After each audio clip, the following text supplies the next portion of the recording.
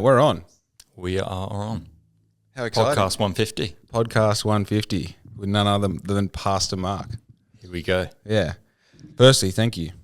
It's good. It's good to be here. Good to be in your lounge room. Yeah. I must admit, you made me second guess myself a little bit. Hey. How come? Well, normally I feel like I have, it's not the right word, but it's my word that's coming to mind. I feel like I have like almost the upper hand or the power play when I come into these situations because I've done 150 podcasts. You know, but I think the reason that you're so, like when I first had the thought of like, I'd love to have you come on the podcast, It was like, I'm in this really weird spot at the moment with, I've kind of rug pulled myself with how I interpret the world and how I interpret the path that I'm on and the progress that I'm making because I've really changed the way that I, just change the way I go about things. Simply put, I've just changed the way that I do things, you know? So a really easy example would be I had this theory that if I didn't think about all the bad things that would happen, the bad things might happen to me. So if I don't if you drive in the car now, if I don't think, kid runs out in front of me, I might. Or if I don't put my seatbelt on, I might, all these things. Yeah. And one day I just got really sick of having these harrowing, dark thoughts all the time. Yeah, right. And then I had this kind of pinnacle moment where I read Think and Grow Rich by Napoleon Hill. And up until that point, I didn't really read books. I didn't really have any sort of direction as far as like how to have a goal and really achieve it. Outside of little things like Rhonda Byrne's The Secret. I read that when I was 18. It was like kind of a key unlocking a door for me. But the idea was that once I kind of had this idea that these things that you're constantly going over in your head, if you put them in the right order, you will manifest them into a physical reality. Okay. So the key thing there is faith. If you have faith that success is deserving to you and that you do all the things, you set the goals are broken down by steps and you do those steps just one at a time, you'll achieve it. Okay. So in a very physical sense, that made sense to me. Yeah. And I did that and I put it into practice. And we went from having an idea and a caravan and no money to living in a pretty nice house. Yeah. I probably have less money than then, but there's all these things in motion now. Yeah. And when I kind of stood back and looked at this process of like success, let's call it success, right? And I look at the key indicators and the elements of things that I did along the way, it was all faith-based. Now, obviously, when you squint your eyes and kind of stand back from faith, what's faith to do with? It's like religion. It's to do with it's faith in something, faith in God. Correct. Yeah. So I put my sights on that and I start, do a little bit of research, do a little bit of reading, and all of a sudden there's these parallels between what I called my Bible, which was Think and Grow Rich by Napoleon Hill, because it gave me so many answers. Wow. Okay. And the reason I called it my Bible was because it gave me answers. Yeah, okay. Right? So it had this iconic thing in my life, and then I start reading the Bible, the Bible, and I'm like, Think and Grow Rich is like a tutorial on how to do this. Okay. Yeah. Huge call, I know. But so contextual to this path that I'm on, on and still am on, and how it was applying to me. And now I just can't soak up enough of the Bible and the stories. And then the seeking out a community to belong to, which I know you know a little bit about it. Black Ink is a very community-based thing. I try and get my fingers in as many pies as I can. And then the obvious answer is belonging to a church because it's a group of people who have faith and believe and who want the essence of community. Like-minded people, yeah. Correct. Which through, we'll get into the story of how it all kind of eventuated later on maybe, but I found myself at Dreambuilders, and then it seems in the past 7 weeks since I came for the first time, it's snowballed. Yeah, right. I'm part of connect groups. I'm having regular catch-ups with people where I'm discussing stories in the Bible that I'm reading and then relaying, and then I'm having these moments in my life that I'm past thinking things are coincidences. It's like too many coincidences happened to me for the past 5 years to just go, that's just whatever. Yeah, right. And as I have these conversations with people on these podcasts, not many people want to chew the fat about Christianity, religion, faith, whatever you want to call it. Whenever that banner of topic comes up, I feel embarrassed. So podcast 150, we're going in a new direction. Oh, we're just going to, we're going to dig where deep. This goes. Yeah. It's so funny, isn't it? I love this. thought. I've read it many times, but it says that when we pray, coincidences happen, and when we don't, they don't. You know, and kind of what you're describing is, you know, when I invited God, when Jake Black Ink invited God into his journey and into his life, something began to happen. Yeah. And crazy things, amazing things happen when we invite God into the journey of our life, into the thinking, into the believing, into the action of our life. Yeah. Like, God is amazing. He changes lives. Right. And I'm sitting in front of someone that God is doing something right now. But the thing is, like I said, like I feel almost this embarrassment about it because I spent so long, I think personally, like, and this is it's like I'm kind of admitting this with my words for the first time, but I spent so long trying to prove him wrong. Okay. Right? Because I was brought up Catholic. Okay. And I tried to say, like, I can do this by myself. I don't need any help. Yeah. You know, I'm an only child. We moved around every 10 minutes. I've been pulled away from every friends group that I've ever made. Yeah. You know, and then planted into this society at 10 years old. And then the rest has kind of been like, you know, I don't need to make real friends because I can break them off and move away and start again. And I don't need to. So this whole thing of like asking, you know what I mean? Like just kind of, and I guess it's a process of surrendering. And realizing that, hey, we can't do life alone and shouldn't do life alone. And neither are we designed to do life alone. Right. I mean, what you're describing, this desire to be a self-made person. I don't need anyone else to make me who I am. I can do it. I can manifest it myself. That all dates back to right at the beginning of mankind. Right. It dates back to the book of Genesis, you know, where Adam and Eve said, I don't need God. I'm going to do it myself. Right. You know what I mean? And that is the biggest problem in humanity. It's people going, I don't need God. I'll do it myself. I wonder where does that come from? It comes from Genesis. I know it comes from Genesis, but like what, like how does it keep on, like it kept on trickling? It's like now it's trickled so much and now it's like a waterfall of people are like, I don't need friends. I don't need community. I don't need society. I don't even need a partner, you know? Absolutely. It's funny, isn't it? Because I've been doing a lot of reading recently, and a lot of society moves in the opposite direction of what actually we need on the deepest parts of us. Right. The deepest parts of us need community, Yep. need connection. Not only do we need connection to one another, we need, most of all, connection to God. Right. Yet in society, what do we look around us is we've got people walking around with headphones in their ears. They're scrolling from a distance to have connection, but not actually going up to the people and having connection. Yeah. You know what I mean? And so we've got this increased polarization, increased independence in society. I don't need you to make me something. I can do it myself. And actually we've lost the art of dependency on each other. I need you. The art of dependency. I need people in my life. I can't do it by myself. There's a vulnerability to that as well. Exactly. No one wants to be vulnerable because that's a sign of weakness. Right. Yep. So there's almost like because I think there's a lot of like ego attached to like I mentioned it twice now. Like I'm embarrassed to talk about my faith in a public domain. Yeah. Right. So there's my ego attached to that. So I'm kind of going like I've this platform that I built for myself, this character, this Black Ink, up on a hill, this person. Yeah. And now I'm scared that I'm going to say something wrong.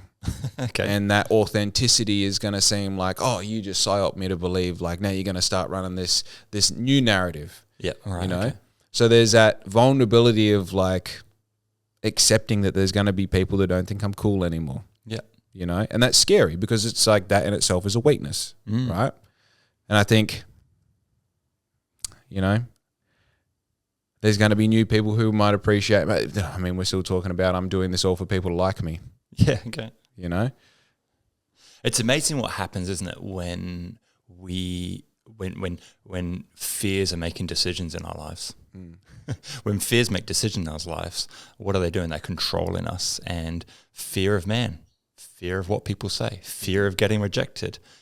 So much we want to do, we don't do because of what people will say to us. Right. And it stopped me so much in my life. This is the thing. So I was talking with Riz about this morning. Like, it's so interesting to have a conversation with someone in your position. Right. Okay. Right. And trying to conceptualize what your position is to me is actually pretty difficult because I don't know a lot about it. Okay. But what I do know about it is, like, I've grown up around priests. I've grown up around, like, I was an altar boy for Wow. a few years, 3-4 years. I actually don't even know what that means. It's just it's a lot of carrying stuff from memory okay. and standing up on stage while stuff's going on. Yeah. Okay. You know? So yeah, raised in the Catholic Church, and which also, footnote, we're going to come back to. Yeah. A lot of fear, a lot of like guilt and fear in that setting, which I don't find at Dreambuilders, which I really makes it so much easier to look forward to, you know. But so I feel like you've got, like, in my position, I'm like a social leader, right? I'm a thought leader. Like, I get on behind these microphones and I talk to people, and I don't challenge them, but I try and extract information about them. So then people see me as the vessel of that information, of people that they kind of know and now they know a little bit better. So I have this, like, let's say, title as a thought leader, as a social leader. Yep. You have, like, put yourself in a position and obviously worked towards it and put a lot of dedication, a lot of yourself into it.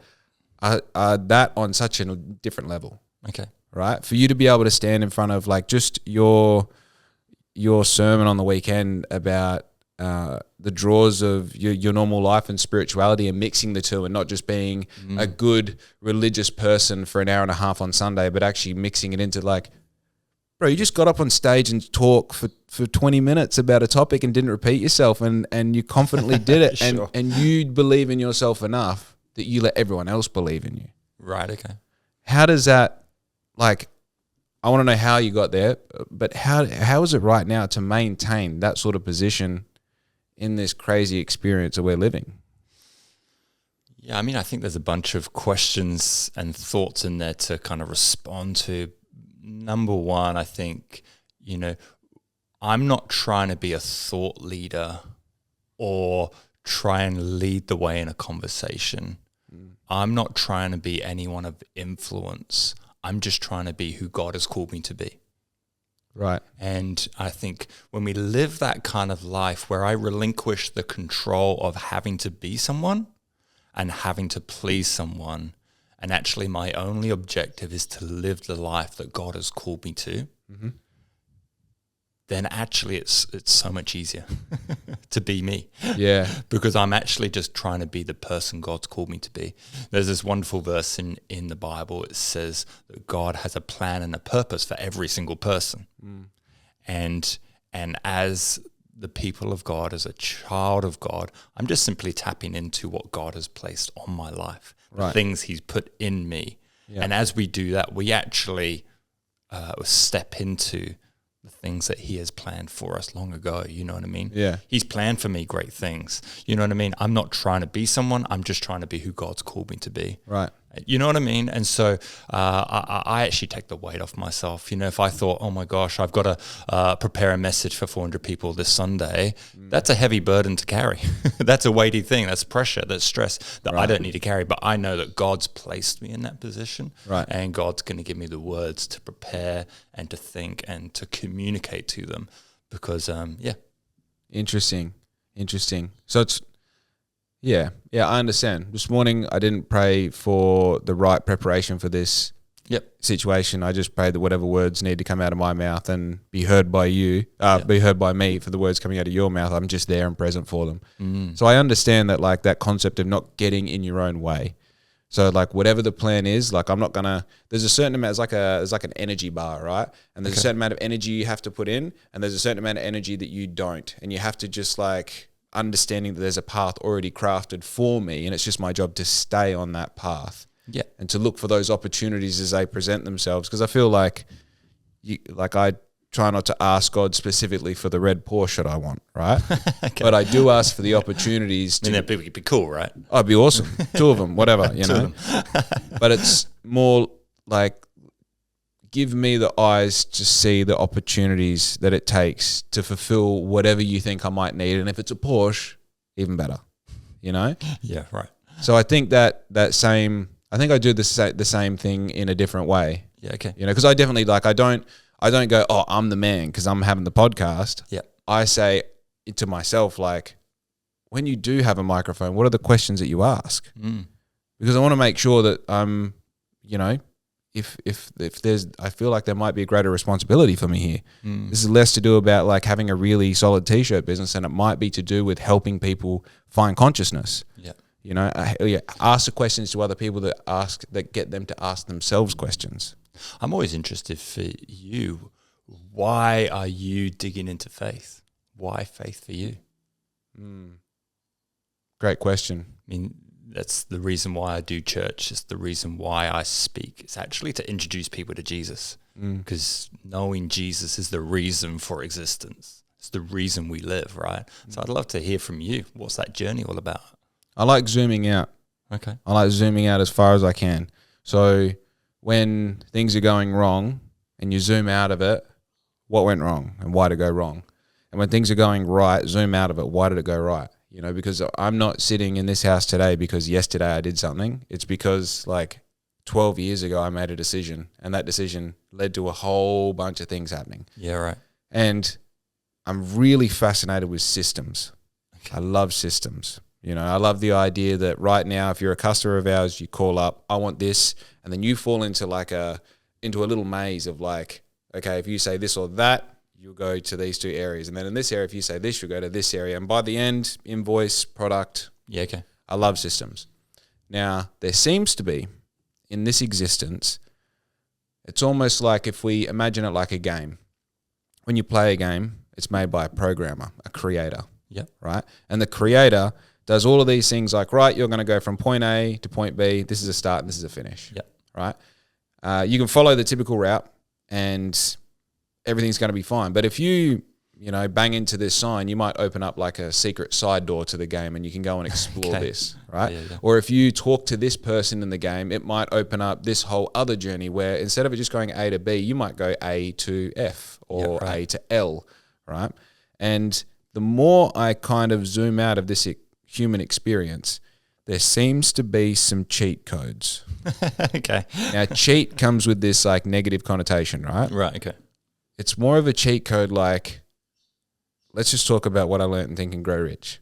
If you get something that is so important to you, it's your greatest desire, and that's really your goal, we can fully reverse engineer that for you. If you put it into a time frame, we can reverse engineer that into steps, right? And for me, it was simple. I just want to have healthy kids. I want to be there with them, and I want a really powerful, supportive partner to do that with. Yeah, wow. So it starts with, right, get that relationship. Got to make some good. decisions. Yeah. And you've got to treat them as if your life depends on it, because it does, right? And in doing that, I got results. And when I got those results, now I'm looking back at the formula that we followed to get there, and I go, when I zoom out of that, it works. Yeah, wow. Now, the reason that it's so important that when I made the correlation between Think and Grow Rich and the Bible is because if this works just based off dates, then it's been copied from this. Yeah, right, okay. And it even says in Think and Grow Rich, there's a secret in this book. And I'm not going to tell you what it is, but it presents itself in every chapter. And if you go through every chapter, there's a lot of alignment there. There's a lot of similar this to that, Think and Grow Rich in the Bible. Yeah. So for me, the reason that I look into faith is because there are answers and I'm hungry for them. And wow. And the Bible just keeps talking to I would say Well, can I ask, what answers did you find in the Bible that you were looking for or didn't even know you were looking for? I think the Bible for me at the moment represents a book of narratives that helps me live the human life. Yeah, okay. Right? So the Bible so far has given me things that happened thousands of years ago that are relative to what's happening to me right now. Okay. And I think through my experience right now, there's no one I can relate to other than people like I relate to you because you're a man. Mm-hmm. And I relate to Riz because she's a human. But I don't really know anyone else who's building an online service-based uniform business. So I know other business owners, you know, okay. But I don't know anyone who's doing exactly what I'm doing. And in that, like when I was a truck driver, I knew other truck drivers. Mm-hmm. When I had a coffee van, I knew other coffee vans. Okay. When I was a skater, I knew other skaters. There was always relatability. But right now, I'm living the most unique life. It blows my mind every day. I can't believe it. Yeah, okay. right? But then there's these stories in the Bible that if it's not something that I've experienced, metaphorically, it represents something that I have or something that I can imagine experiencing. Wow. So it gives me like resolution and relief, because if it applied then, it can probably be applied now. Yeah, absolutely. Like, isn't that unbelievable? I mean, the way the Bible is put together is incredible. I mean, and it's the fact that a document that has been put together thousands of years ago can speak into our lives now, Right? shape our lives now, change our lives now, help our lives now. It's an incredible thing. Yeah. Even so, okay, let's like look into that, because a few things that have really like kind of grabbed me lately. Right. So understanding that God sacrificed his only son for us. Now, I've heard that line over and over and over and over and over. Throughout your life. Throughout my life. Yeah, right. You know, and it's like, yeah, it's what the Bible's about, right? Okay, right. Yeah. Cool. So then I go into the concept of like, what if I have a son? Yeah, Could right. I sacrifice my son? So you're drawing a parallel. It's like, hang on a sec. What does this actually mean? Yeah. You know, so then, okay, so why would he do that? Well, because he's our father and he loves us. Yeah. Like my father loves me. Like I'll love my son or daughter, right? Okay. So he loves us, so he sacrificed his son. Yeah. So then you go, okay, so he's sacrificing our son for us. Cool. And what's the representation of that? He lives without sin. Can I live without sin? I don't think I can. And then it starts this whole conversation of all of a sudden it's gone from just a line to something that really represents like how Abraham took his son to be, and at the, you know? And you just raised what we've actually already covered, like that idea of I can't live a right enough life by my own self. Therefore, I need something else. Right. And the Bible answers what that other thing is that we need. Right. You know what I mean? Yeah. So from Genesis, Adam and Eve, they try to live without God. That did not work. That brought destruction into the world. And then throughout the Bible is a rescue mission of God, is a love mission from God to rescue humanity and reconnect them. Right. And say, hey, you tried to live without me. That's not worked. I'm going to send my son to help you. And if you want to turn to him, he's available. Right. But it's down to you. Yeah. And he's given us the decision, hasn't he? It's like, try and live your life how you want. Let me know how it goes for you. But my son's come for you. Yeah. And if you want, he's here. It's like something that speaks to, you know, when you're a kid and it's like, don't touch a wet paint, and you're like, Yeah, okay, right. I might do that, you know? Yeah. And then you get a worse version or a more interesting version of don't touch the hot stove. Yeah. And mum doesn't want you to touch it, as soon as she's out of the room, you're like, guess what I'm doing? But then you burn yourself. Yeah, right. And then you're like, oh, mum, I'm sorry. Yeah. I'm sorry. And she's like, not even about being sorry to me. You're the one who's now burnt. Yeah. You know? And I think, I think there is something there that resonates to that idea of like, I fought back a lot of my adult life so far. And then it's like, as soon as you just like look over here and go, okay, what's up, God? Like, what's up? Tell me what's up. Tell me what are the rules? What are the rules? Which is what I did to Think and Grow Rich. Yeah. And I think one thing there I kind of glossed over is that was written in 1902. Yeah, wow. And it still works. It still works. Like Napoleon Hill studied 100 of the great men at the time, like all of the surnames now that the world is essentially built on. He studied with these men, like Henry Ford, fill in the blanks. Yeah. And all of those things still apply to building a solid business now. So then we go, all right, if Think and Grow Rich built off the Bible and that applies, yeah, it all is. I can lean on that. Yeah. And when godly principles work. Yeah, for sure. They work, and you can apply it to a business absent of God, and they'll work because God created the earth. And so if God created and put these principles in play, when someone taps into them, whether they know God or not, they work. Yeah. And this is what I'm talking about with the formula. Yeah. Like, you can apply everything in that Think and Grow Rich book and it will work. Yeah. But it's like the supercharged version of that. And I really want to like state that I am not in business as a Christian to make as much money as I can. Yep. I need as much money as it takes to build the community and the family that I would really desire. But if that is not the plan for me, that's also fine. I think it's such a beautiful vision you have. That it's so much, you're already thinking bigger than yourself. You obviously, you want to take care of your family, I know that, but you're already thinking community. How am I in Bunbury to make people's lives in this community better? What an amazing thing. I mean, that's exactly how my wife and I think. We're in Bunbury to help make this community better. Right. You know what I mean? You have the avenue of your business and your platform of Black Ink and podcasting and all those things. I had the platform of the church. Yeah.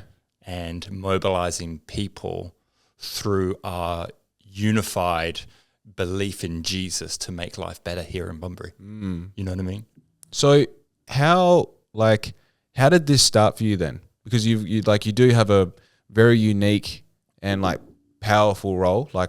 Whether you want to take powerful and doesn't matter, you have a unique and powerful role. How did this start? Yeah, wow. Well, so my wife and I, we arrived into Bunbury only 3.5 years ago in the middle of COVID. And I'm English. My wife is Australian American. We met in New Zealand. So it's super complicated. We were both international students in New Zealand. Right. And I went to New Zealand to study in a Bible college of all colleges and of all places, but left London to go to New Zealand, study the Bible. And I just sensed in my heart that I wasn't just built and created for a 9-to-5 clock in, clock out kind of role, that there was something on my life. God had placed something in me, and that comes back to what I shared about that God has a plan and a purpose for every single one of us. And I just sense, I don't think it's in necessarily the marketplace. It's not just another job. I was working in sales and working in running events and loving that, and I was being promoted in that area, but I just gave that up, went to New Zealand and just began to pursue a new path. And on the first day of college, I remember being asked, Mark, why are you here? And I just simply said what I've just said. I just think there's more. Yeah. And I don't know what that is. Yep. And then someone was praying for me and they said, Mark, I reckon I've never prayed this before, but I reckon one day you're going to run a church. Now, at the time, I thought it was bad to have those kind of thoughts because I didn't want to be seen as someone, I'm quite English, didn't want to be seen as someone who had an agenda, didn't want to be too ambitious. I wanted to be someone who was humble, not knowing that actually that's an okay thing to think and want and desire, but I just didn't want to make it my goal. And so that happened on the first day of Bible college, but I kind of put that in my heart. I thought, hang on a second, maybe that's why I'm here. Yeah. Spent 2 years in New Zealand, had a blast, learnt lots, met my now wife, went back to London, and all I knew I wanted to do was serve the church. All I knew I wanted to do was help introduce people to Jesus, because Jesus had done so much in my life. I wanted to help introduce others to Jesus. I had experienced Jesus' love and acceptance, and I wanted to introduce people to Jesus' love and acceptance. And so I made it my life goal and mission to do that. And so I volunteered for 5 days a week at a local church. My mum and dad were so supportive of this desire that I had that they said, okay, we're going to let you live rent-free.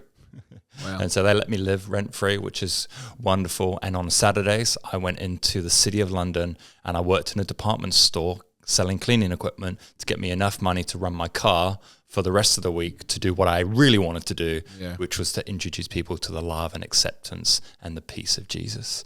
And over time, I was working for this church and God was just doing something. You know, I started off looking after a group of 10 young people, and that 10 young people became 20. That 20 young group of young people became 40, 50, 60, and it kind of blown up, and people were responding to Jesus, inviting Jesus into their lives, left, right, and center. And I was making a problem for the church that they had to hire me. It's only a small church of about 70, and the youth ministry was kind of blowing up, and they thought, oh, hang on, we need to get behind this guy. And they started paying me 1 day a week, 2 days a week. Oh, really? And slowly came full time after 2.5 years of just going, this is what I'm called to do. And when we live a life of calling, there's so much fulfillment and satisfaction. Mm-hmm. And I've just discovered when we live outside of the call that God has for us, there's always a frustration. There's never a settling. But when we step into the things that God has for us, and only discovered through knowing God, there is a peace that comes into our hearts. That's why I don't strive. That's why I live a life of peace, because I'm not trying to be someone I'm not. I know my Creator. I am a child of God, and I know He has a plan and a purpose for me. And so after leading that youth group for 5 years, they sent me to a church in London, and my wife and I, Chantel, we planted a church in London for 5 years. Yep. That was awesome. That was a great experience. We were in Richmond, just outside of London, and we had a blast there. God did great things. And then after 5 years there, we had a stirring that God was uprooting us. And God was beginning to unsettle us for something new. On a phone call, we discovered that the church here in Bunbury was without a pastor, and the pastor had moved on, and something leapt in our heart. Yeah. And God began to draw our hearts. And because Chantel was Australian, she had a connection to Australia. Okay. And so that was kind of like, how did you get from London to Bunbury? People would say, where's Bunbury? Yeah. Well, that's the first thing is like Bunbury would be just a weird word at that point. People would say, Bun what? Yeah. Bumba Vegas. Yeah. But God would just stir our hearts for the city that we barely knew. And I had to stop myself, Jake. I had to stop myself from Googling Bunbury, because I'm an outdoors kind of person. Right. And I knew it was on the coast. I knew it was next to the beach. Yep. I knew it'd be a fun place to live, but I actually had to ask God, is this you? Because my natural self would go, this is a great idea. This is it. I'm in. This is it. Yeah, I'm in. And God just really settled, no, this is your next step for you. And you know what? We needed about 20 miracles for this to happen. We were during COVID. You weren't allowed into Australia without a travel exemption. Western Australia was locked down. We needed to sell our property. We needed to finish our jobs. Like, I handed in my resignation. I handed over our church we were leading and my full-time job before I even had a visa. Like, Australia could have said, no, we don't want you. You know what I mean?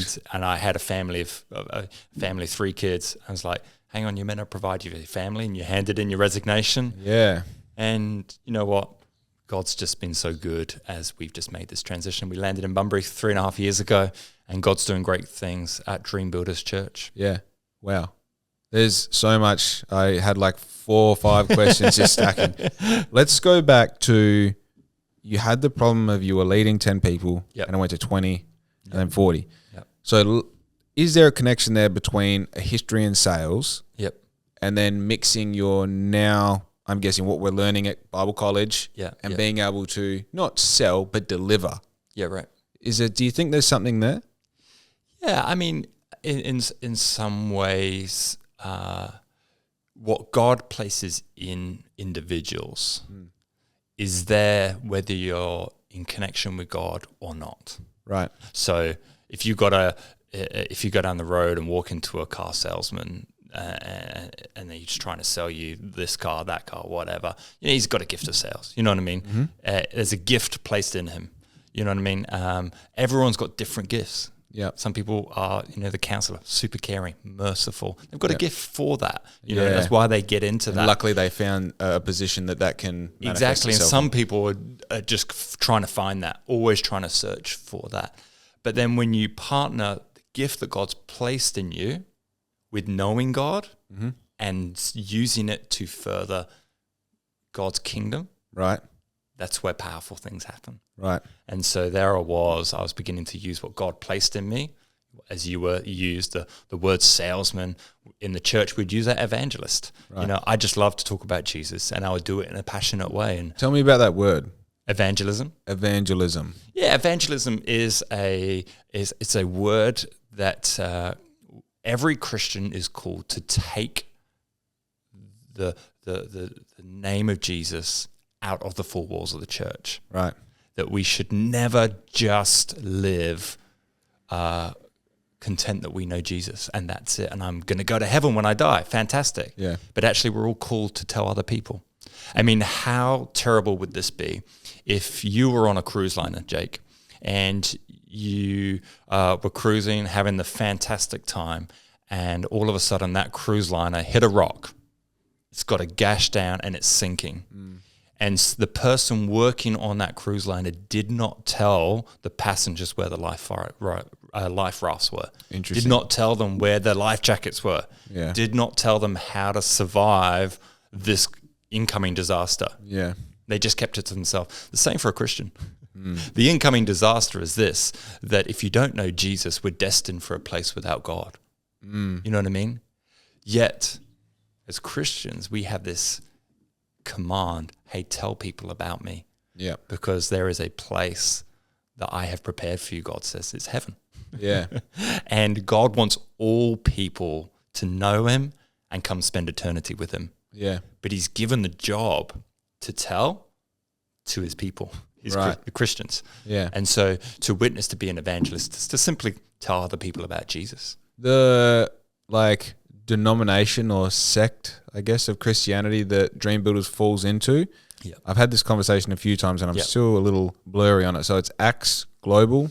Yeah, so I wouldn't use the word sect, I'd use the word denomination. Yeah. Yeah, absolutely, like you said there. So Dreambuilders falls under a church movement called Acts Global. Okay. Acts Global used to be named the Apostolic Church of Australia, Right. which gets its roots from Pentecostalism, which came out of, if you go back far enough, Martin Luther and the Reformation back in history. Okay. And I have some learning to do there because they're alien words to me. yeah, and that's all good. But the cool thing was Dreambuilders was a church 2 years ago. We celebrated our 90th birthday. Right. And it was planted as a church here in Bunbury, one of the first apostolic churches here in Australia. It actually came out of a move of God in Wales. Really? So a group of people in Wales heard the gospel, heard about Jesus. They were miners and their lives were changed because of Jesus. A lot like what you are. You know, your life has been changed by Jesus. And they had this desire, I need to take Jesus around the world. They had this phrase, we're going to belt the globe with the gospel. Interesting. And so these people went out from Wales Yeah. around the world. So they went to New Zealand. So New Zealand have an apostolic church. They went to Australia. They went right around the world to plant churches and tell people about Jesus. Yeah. Do the job. Yeah. Interesting. Okay. Yeah. There's a little bit of research. I'm going to listen back to this and find myself pausing and Googling. So you spoke about it required 20 miracles to get here. Yep. I love that because I feel like when I zoom out of my trajectory for the past 5 years, it's taken 100 miracles to be sitting here talking to you right now. So I get it. And one of the big things was, so before we got the caravan, those who listen to the podcast are sick of the story of how I got here, so I'm not gonna break it down too much. But it was very simple. Coffee van for 4 years. That was called BLXCK INK. Yeah. Had some clothing, sold that, kept the name, sold the van. Had a bit of time off, spending all the money that I had sold the van for, and then started back as a truck driver for about 4 years. And that was just like a bird in a cage, and the cage kept getting smaller and the bird kept getting bigger. You know, I knew, like you said before, my calling was not to be a truck driver. Yeah. Right. Yeah. Right. So I was going against a fibre. Yeah. That would be a small space for someone like Jake. And also you're just waking up at 3:30 every morning, and you're like, "What am I doing? What am I doing? I hate this." Can I let you in a little secret? Sure. And maybe your podcast listeners. I dream one day of just getting in a truck and driving. There's something that seems really awesome about it, but I reckon I'll get bored in about 10 days. But the idea of getting in the truck and just driving. Oh, look, I don't know if it's a male thing, operating big machinery is so rewarding. Yeah, right, you know, like the sounds and the smells and the vibration. And it's great, you know, hooking up trailers and you're doing the horn. It's awesome. Changing gears. I love it. Was it literal horn? Dirt, dirt? Yeah, you have a chain from the ceiling. Yeah, wow, okay. It's amazing. And like, you know, 28-speed gearbox, you really got to know what you're doing and don't kill anyone on the road, ideally, if you're good at driving trucks, you know. Yeah, because it's also a crazy amount of responsibility. Yeah, wow. Like driving 100 tons down the road and you essentially don't have brakes. What was your route? So I was in mineral sands. So I drove road trains for Cube here in town. Yeah. So primarily, I was on Iluka, which meant you're going from Capel to Bunbury on repeat into the port sometimes. I then went on to shipping, which means you're just going picked into the port on repeat. Yeah, okay. And then I was just in town with a semi, which means just one trailer. And that was anywhere and everywhere every day. So there's no driving 12 hours in a row. Okay. It was all like, on an average day, you do 3 runs of something. So you drive there, load, drive back, tip it off, and do that 3 times. Yeah, right. But still, just not enough engagement, not enough conversation. And one of the things I noticed while I was doing it is I was getting worse at talking to people. Yeah, wow. I wasn't practicing talking. I wasn't picking up on on the gaps and I wasn't into the art of conversation. It's something I've really loved, especially being on the coffee van. Now you're in a truck and I can't, you know, shoot it with the bloke next to me. I felt a bit lost. Yeah, right. So we save up our money because I said to Riz, this isn't working. I don't like this. Let's just try and live. You know, let's try and just be humans, live, not work, just live. Yep. And we saved up about 20 grand each, bought a car, caravan, let the lease run out on the rental, resignation, ready to go. On the day that we're going, they shut the borders. Oh. So a bit anticlimactic, but we got there and got as far as Mandurah. We got a groundskeeping job on a 5-acre block and essentially lived in that caravan, spent all day, every day together for a year and a half. Yeah, wow. And then ended up, you know, kind of going, the business sort of started again there in its own way, and we were growing, needed to expand. We moved the caravan back to Dad's place. He's on about an acre, you know, using the shed and this and that. I started the podcast then, and then we needed a place to move. We moved into a house, and then we needed a place to kind of settle, and we bought this. Yeah, wow. So that's the basic trajectory, right? Now, in that time, there were these moments, like when my high-risk ticket came up for renewal, I'm never going to drive a forklift again. I promise you. Yeah. I'm never going to operate an EWP. And how many times you have to tell, because especially as a truck driver, like if I want to drive a truck tonight and make money, you can do it. Okay. There's a shortage of them. And if you're good at it, which I'm all right at it, it's a pretty surefire way to make money. Right. So those calls come in and you get to a point where you're like, stop calling me. Okay. You got to burn the bridge. Yep. Right. And I burnt the bridge, all of those bridges, so long before I had any assurance that this is going to work. And it still might not work. You're still in it. It still might not work. Yeah. And I just like that concept of like, A, burning the bridge and confidently doing it, right? I'm never going that way. I'm going this way. Yeah. And then B, regaining that childlike confidence that Dad will look after me. That's the one thing that I keep feeling when you're saying this, that we can't do this alone, is that as adults, I feel like we go and we open the door every day and we pretend like we know what we're doing. And the difference between that and a child is, who opens the door? Mum and Dad open the door and you just walk behind them. They know what's going on. I don't need to. Yeah. You know? Does that spark anything with you? Does that resonate at all? I just love what some of you're saying, but you know, just that sense of I needed 100 miracles. I mean, in that very statement, I think it just needs to be said. The fact is that God is a miracle worker. Not only is he a miracle worker, he loves to work in people's lives. And Interesting. what you've done is you've began to say, hey, God, I sense that you're out there. I feel like you're interested in me. You're not angry. You're not afar off. You're not hands off to me, but actually you're interested in me. Yeah. And you desire connection and relationship with me. And actually, you're not just interested in me. You're interested in working in my life. Correct. You know what I mean? Yeah. That's a different picture of God than so many people have that I meet, probably you meet. Yeah, The 100. fact that God wants to work in our lives for good and not for bad. 100%. I feel like I can count on one hand how many people I relate to on that front. Yeah. You know? And one of them being someone that the person who got me coming along to Dreambuilders, I catch up with him once a week, fortnight for breakfast. Yeah. And we chew Legend, the fat. Ben Plum. Amazing. Like the effect he has had on my life in the short time I've known him is monumental. Yeah. And come to find out that I only learned this recently, that when I came into his life for the first time, we had a brief conversation. I was driving out from his shop and he had God tell him, don't let him leave. Yeah. And he didn't. He came back and he's like, whatever you want, whatever you want, we'll make it work. We'll make it happen. Yeah. And at that point, this is a great example of what we're talking about. It was a miracle. I needed that miracle at that moment to make that happen. Yeah. And that thing, I'm not going to get into that story, but that happening changed the whole trajectory of my business in a moment. Wow.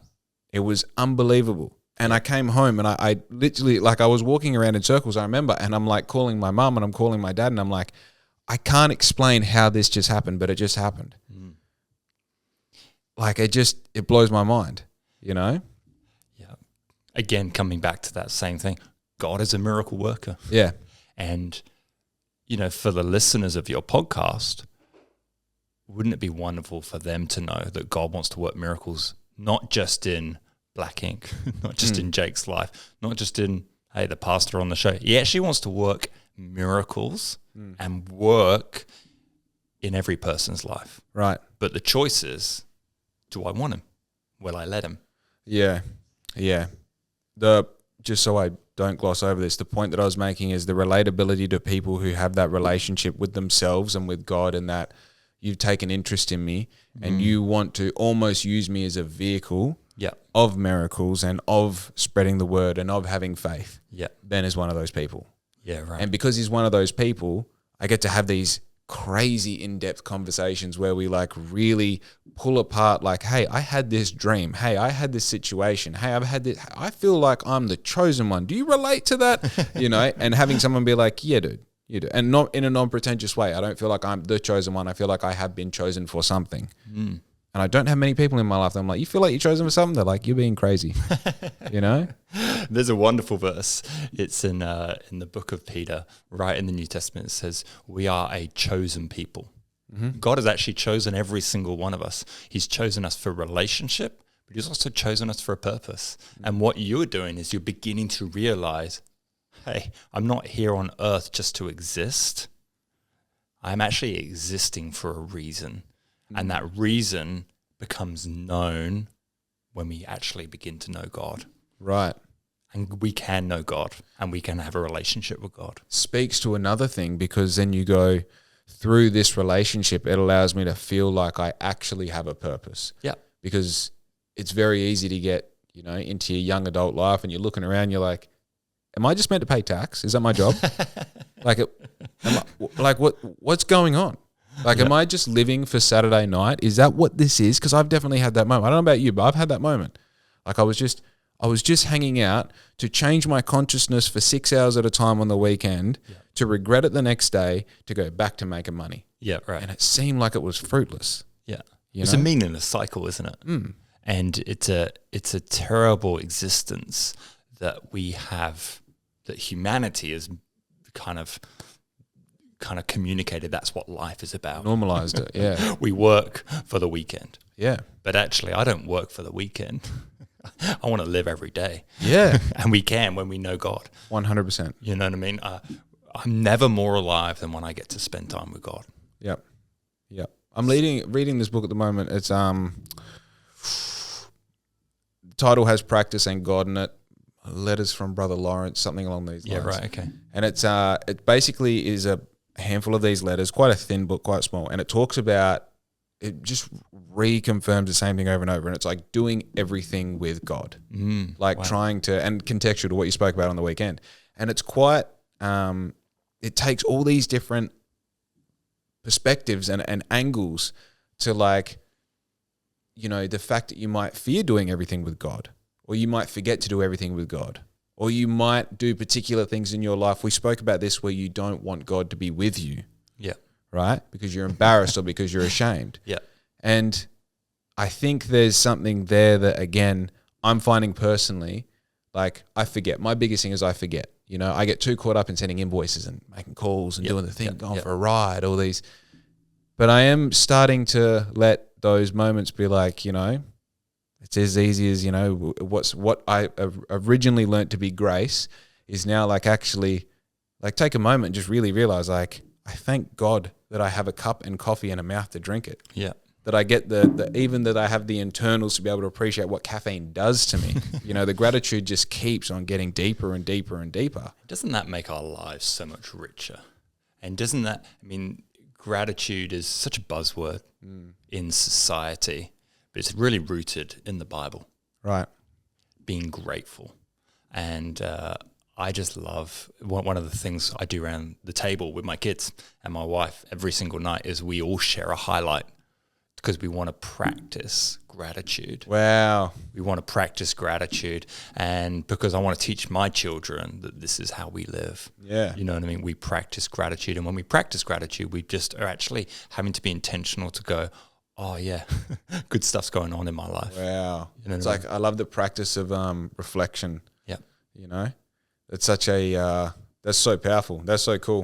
And my mental health's better because I'm a grateful person. Yeah. I'm a kinder person when I'm a grateful person. I feel like, so I've created myself a diary. Yep. And in this diary, there's obviously everything that's going on allows me to book in. I'm having a podcast with Mark. But then on the left-hand side, page a day on the left-hand side, I have my reflection. And in my reflection, it's a list of things that essentially I have to answer. What will today be remembered by? Yeah, right. Because every day has something, you know. Some days it's just like, this was just another day. Yep. There was something. Yeah. There was something. And especially in the... What a great practice to think that through, though. Because otherwise you just miss the small things. Yeah, yeah. And like let's take yesterday, for example, because we've spoken about it. There was one thing that Ben and I spoke about for like 5 minutes. And I'm like, I will remember that forever. Yeah, wow. Because I had a moment where I'm like, oh, you helped me understand myself and my life and where I fit in just a little bit better. I will remember that. Yeah, wow. Right?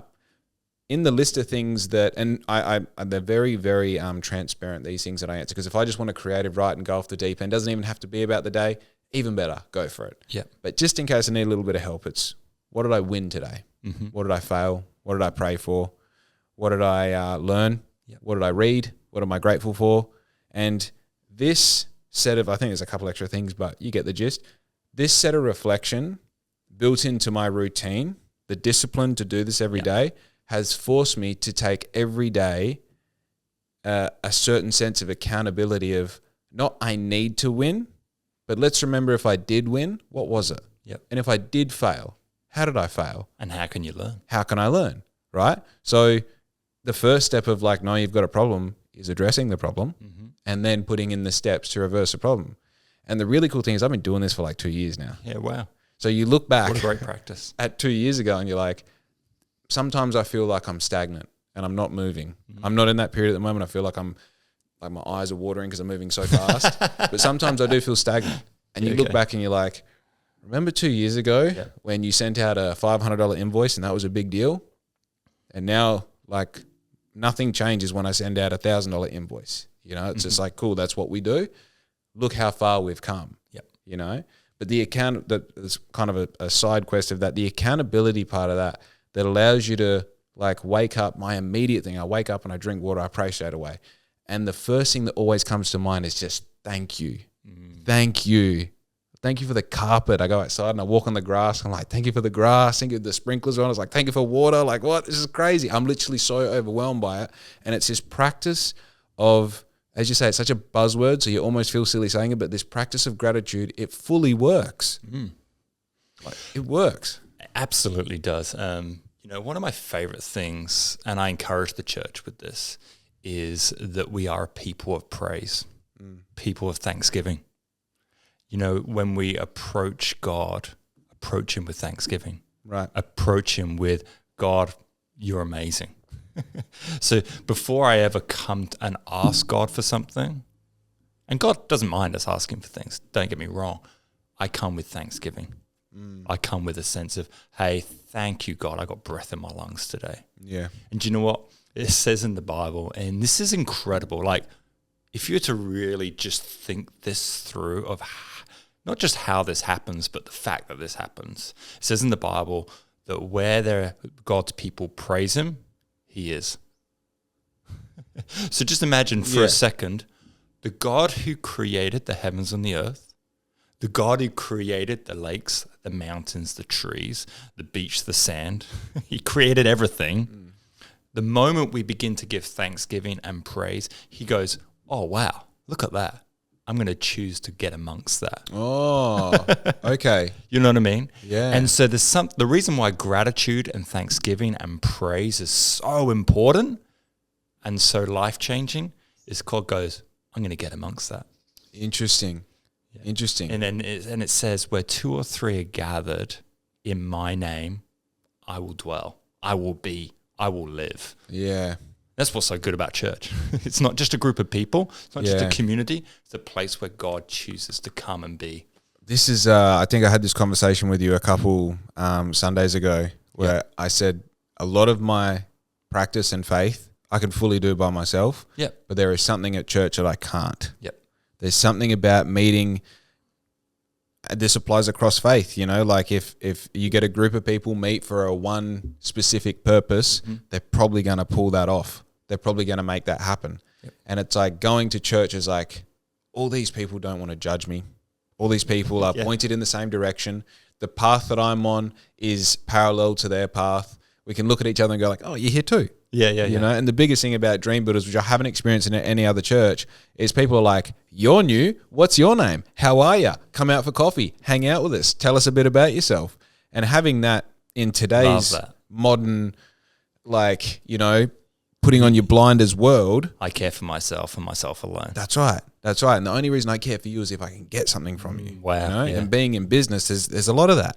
There's a lot of that. I'm so glad that you said that and made those comments about the church that we lead, because that's definitely the kind of church we want. A church where we are never too big for new people to join in. Oh, dude. And we are an inclusive family. 100%. And, you know, I just love the fact, just picking up on some words you said, you said, I wasn't judged. The amount of times I've heard as a church pastor, people saying, I'm not going to come to church because if I do, the church is going to burn down. So just could you tell me about that sense? Like, were you scared of being judged coming into church? Look, if the church is going to burn down because of anyone, it was going to be you.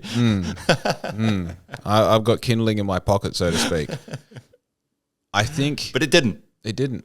And 7 weeks later, the church still stands. Still stands. I think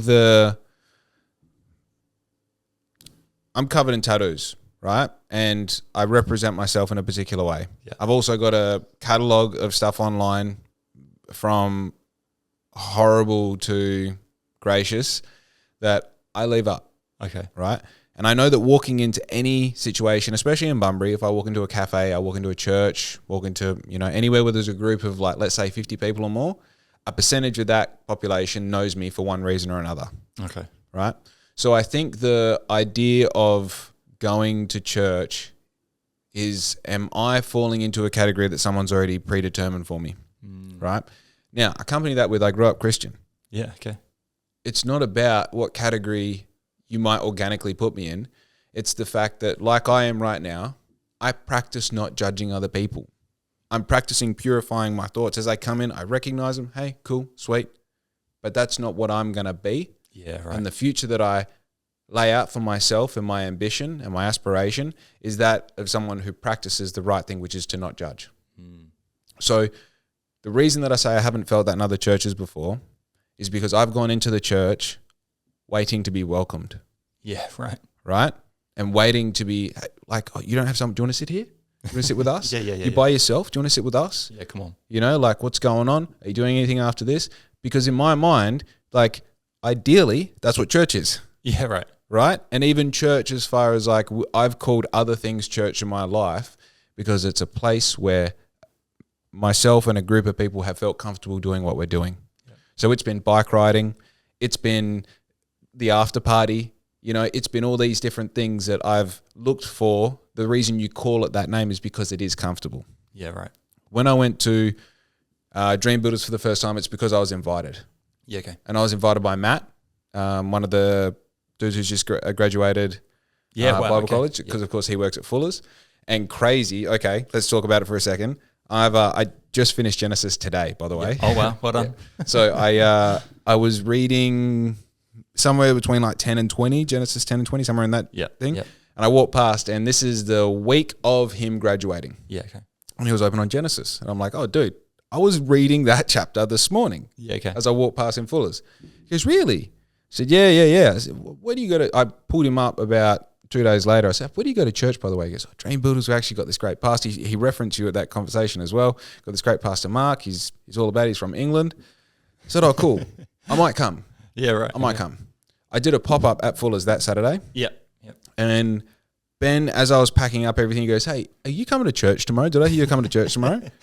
And I said, oh, I was on the fence but leaning towards no. Yeah, okay. And he goes, well, if you're going to come, tell us. I'll meet you at the front. And I'm like, oh, hang on. I've been looking for that. Yeah, well. I've been looking for that, right? That was the first step of that whole welcoming feeling. Yeah, right. And what happens? I meet Ben out the front. I've got a seat for you. Between the front door and the seat, I think I got introduced to 15 people, And the 15 people wanted to meet me. Yeah, okay. Right? It's not just like, oh, how you going? You're good. How you going? You're good. No. I think I was the 16th, and I just saw that, there was a few people talking to you. Yeah. So I think I got to meet you later. Right. And then you go and sit down, and I mean, the big thing for me was like, oh, okay, these guys sing and dance. Cool. Never seen that before in church. Yeah. That's totally new. And I did get warned a little bit about that before we started. Like, hey, just so you know, there's clapping and there's singing and there's hands in the air and all this. I'm like, all right. Yeah. We'll see. And we get to the end of it. And again, I meet like another 5-10 people on the way out. And by the time I got to my car, I'm like, I was there 2.5 hours. You know what I mean? I was there for 2.5 hours. Yeah. And I didn't feel like it. Yeah. And the cool thing about great experiences is that they fly by. Yeah. Wow. So my experience of church up until then is you're not one of us, you don't fit in, and by minute 30 you're like, please give us the communion and let me go home, right? And it's really hard to it's really easy to not want to do that on a Sunday, whereas now I'm like, oh, we got church. It's on. It's on, and I know I'm going to go there, and there's all these people that some of them I've reconnected with after years of not seeing them, and now we go to the same church, even better, know. Wow. And then some people I've met in the past month, and they're as excited to see me as I am them. I'm like, this is, right. And as seeking a community, tell me, when one's already made, what's easier, making a community or getting into one that's already made? Yeah. It's always the one that's already made. That was the biggest thing for Shinto and I, getting in community when we moved to Bunbury. Yeah. That was the biggest thing. And the most incredible thing about being a Christian is that we have ready-made communities ready to step into. Yeah, for sure. But we had to choose. We're going to step into it. We're going to belong to it. And we're going to be vulnerable enough to be known in that community. Yeah. You can't just dash in, dash out. You could do church in an hour and 20. You're done. Yeah. Get the ticket, stamp the card. I'm done. Done for my week. But actually, now I'm going to choose to stick around. I'm going to choose to be known. And choose to let my guard down. And that's exactly what you have done. Yeah. And actually you're discovering, church is a family that we care for each other. We don't just love God, we love each other too. I'm actually just remembering what happened at the end of that first session. What's the word? Service, yeah. At the end of that first service, Ben Coleman came up to me. Yeah, right. Introduced himself. And I'm just like, hey, cool, let me write your name down. What's something I can remember? He's got the hair, that's Ben. And I forget how we started the conversation, but I said, oh yeah, I do this. I got a podcast and rah rah. Because Ben sells me to people. He's like, Jay's got a clothing business. He does uniforms. Got a podcast. Yeah. What's your podcast about? He goes, oh, where do you do your podcast? Now we had, as you know, that we're fairly new in this house. Yeah. And I went to start with we've just moved out of a rental, and I bawled my eyes out. I fully. Just cried. I'm having a moment. Right there with Ben. What's going on?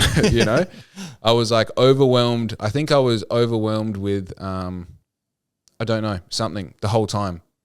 I wanted to put my hands up and I wanted to sing because the words are on the screen, but I couldn't, and I wanted to be a part of it, but I couldn't because I still feel like I don't deserve it in a way. It's another conversation, but him coming up to me and asking me something that was about me was the straw that broke the camel's back.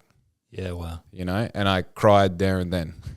It's like, now in reflection, I think that's probably because I felt like I connected to a thing that was greater than me. Wow, you connected to something greater than yourself. Mm. Yeah. I mean, nothing gives me greater joy than pastoring a church where every single week in, week out, God shows up. Mm. You know, people's lives are being changed. People are in community. People love each other. They love God. But most of all, God's presence is there. And that's a crazy thing to say, but God actually chooses to come and presence himself amongst us, you know. And that's the thing that changes lives. It's changed my life. And it's why people keep on coming back to church, because they want to meet with God. Yeah. And I don't want to just go to a religious service. I want to go to a place and have a relationship with God. Yeah. That's the difference between religion and relationship. Religion is just doing something that you just always need to do. Like a that's practice. what you have to. Yeah. And relationship is I'm actively having a relationship with God. He loves me. I love him. All right. I have a question that I'm very confident in the answer for me. Okay. But for, say, someone who listens to my podcast who doesn't have the same relationship with God that I have, Yeah, well. how do you start the process if you're going, okay, cool, I'm on board, I like the idea, I like the concept. How do we start believing in something that we can't see, hear, or feel? Oof. I know I see, hear, and feel because I see miracles, I hear him speak to me, and I feel the change in my life. But for someone who's not open or aware of those senses, Yep. how would you start? How do you put faith in that process? Yeah, absolutely. That's a great question. You know, at the end of last year, I had the opportunity to speak at Bunbury Christmas show. Yeah. Whatever it was, I forget the name of it. Christmas in the City, that was it. And, you know, there's 1,000 people out there. I got asked to speak. And at the end, I prayed a prayer on a stage, outdoor stage in the city of Bunbury in front of 1,000 people. I prayed Huge. a prayer, which was a great opportunity to talk about my faith and talk about Jesus. And I prayed this prayer, and it was, God, may you make yourself known and may you become real to people. And if anyone is searching and going, I don't know about this stuff, just pray a prayer like this. God, if you're out there, make yourself real to me. And let me tell you, the amount of people I've heard pray that kind of prayer, God will begin to work in your life. Yeah. And just watch what God will begin to do.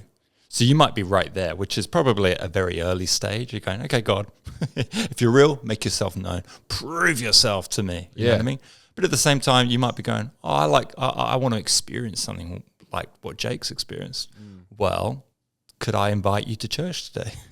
You're listening to podcast today. The guest in this podcast, I want to invite you to come to Dreambuilders Church. Come hang out. Come say hello. Come find out what this is all about. Yeah. There's a seat next to Jake. He's waiting for you. It's funny, even like my close friends group, who I would say are, you know, not throwing anyone under the bus, but I think they would agree they're quite non-religious. Yeah. You know, and it's like I spoke about the first time I went to Dreambuilders, it was like the next weekend. I was like, Yeah, right. You boys are not going to believe what I experienced last week. Yeah, right. What? And just telling them about, you know, you get there and how long does the singing go for? This maybe 15 minutes? And which, when you say that out loud, sounds kind of not horrible, but it sounds like, I got to endure 15 minutes of singing. But the whole time, it's like there's something about people singing a song that isn't a radio song, that it's like literally they're singing a message for themselves and for everyone else. It's like this, when I close my eyes, it's like a whirlwind of something of like, I want to call it faith, but it's something, you know, like you're all like mustering something up together. Yeah. And then after that, you have these messages or these testimonies or whatever they might be. And then you get up and talk about a particular topic, or someone gets up and talks about a particular topic for a set amount of time. And the response that they all had was like, oh, well, we'll check that out one day. Yeah, wow. And I was like, really? Come on. I would fully love that if you did, you know? And I mean, just that alone sort of, it's like, do come and have a look, and do come and again, I go back to where I started. I am then putting myself in a position where every day I get closer to being fine with this, but I'm still in a position of like being on unsteady water as far as like, if they don't like it, will they perceive me different? Yeah, wow. You know? And we live in a world right now, don't we, where if you don't agree with me, I don't like you. And we've moved so from a world where you can have your belief, I can have my belief, and that's okay. We live in a world now that's kind of polarized against each other, isn't it? Yeah. And like, that's not right. It's this or that. See, do I agree that everything that Jake from BLXCK INK says? No, but I can still be mates with you. Yeah. You know what I mean? And that's a much kinder world to live in than a world that is, I've just got to look for people who are just like me, agree with me in every single space. And so I've got lots of people that don't see eye to eye on everything, but I can still have a conversation with them. I can still have them in my house. I'll still call them. You know what I mean? Yeah, it's like the spectrum of connection, isn't it? Yeah. It's giving yourself a dichotomy of friends, you know, and I think there is something there to, when you put it in that light, the great thing about friends groups is that you're not best friends with all of them, you know, but together we make something that's worth talking about. Yeah. You know, and, you know, these two are really good friends and these two are really good friends. Yeah, and then one there is really good friends with him as well. But together we make something that is like, this is our little pod. This is our people. Yeah, cool. But yeah, it's definitely, I'm always fascinated with the idea of like, okay, I'm on board. And to be on board, I want my people to, I want Riz, I want George, I want Aiden, I want them, come on, guys, jump on. Yeah. And then if it's really good, it's like, well, as a person, I want the people to be on board. Because as I zoom out of my experience, I was a speed skater, I was a miner. Yeah, wow. Oh, dude, that's a whole other conversation again. I was a professional speed skater. I lived in Europe for a year before I was 18. Big thing. There we go. Speed skater, miner, coffee van guy, truck driver. All of those things are like, okay, cool. No one of them was really that whatever. And now I'm like slingshotted into this life of unique happenings and situations, and like I exist in all these different spaces and all that, and I'm still I'm just like you. We're made of the same stuff. You know, I got a brain and eyes and hands and just like everyone else. And the big thing that I go is, if I can do it, everyone can do it. Everyone can do it. And it's not BLXCK INK for everyone. It's not having a clothing, it's not having a podcast, it's not that. All those things are just the vehicle of self-exploration for me to be something greater than what I once was. Yeah, right. The vision that I have for having a healthy family and a great community and all that, the only reason that's it is because, as far as I can tell from the research that I've done in my life, that's the stuff that actually matters. Yeah, that's it. The red Porsche's cool. It ain't cool as having a healthy baby. It's true. You know? Yeah, I mean, one of my most interesting things I do in my job, and it's not interesting would be the wrong word, but it's when I do a funeral. You know, in my line of work, I have to do them. I'm a celebrant. I marry people, but I also bury people. And sometimes when you do funerals, there are a chance of reflection. And, you know, I never talk to family members who are going, man, I wish my dad just earned more money, who I'm burying today. You know, they're talking about their connection with him. They're talking about how he spent time or the holidays that they spent together. You know, it's about the relationship, not about what they got given or what they had. You know what I mean? And it always gives me great perspective as an onlooker. And when I've attended places like that, funerals, I had this perspective. I was like, wow, you got to remember the things that are important in life. Yeah. And I would add, you know, I want healthy kids. I want a great marriage.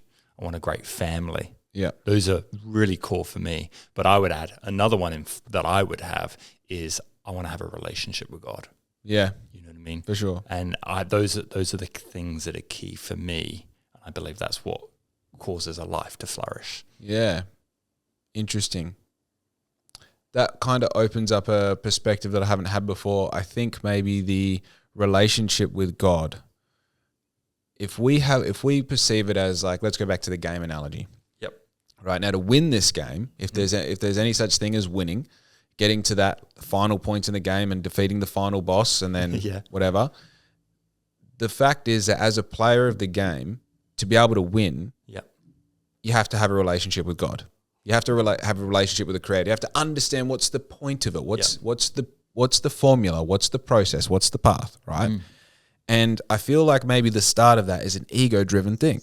Right, I want to win. I want to get to the end of the game. How was let's get into his mind. Let's figure out what he was thinking when he put this together so that I can win. Okay. And I feel like somewhere there's this shift from egotistical I to us. Yeah. Right? There's this, you mentioned at the start, being ambitious was something that was almost negative. But then you got a new perspective on it, that being ambitious perhaps is passionate. Perhaps it's giving you enough oomph or energy you need to do the thing that needs to be done. Right.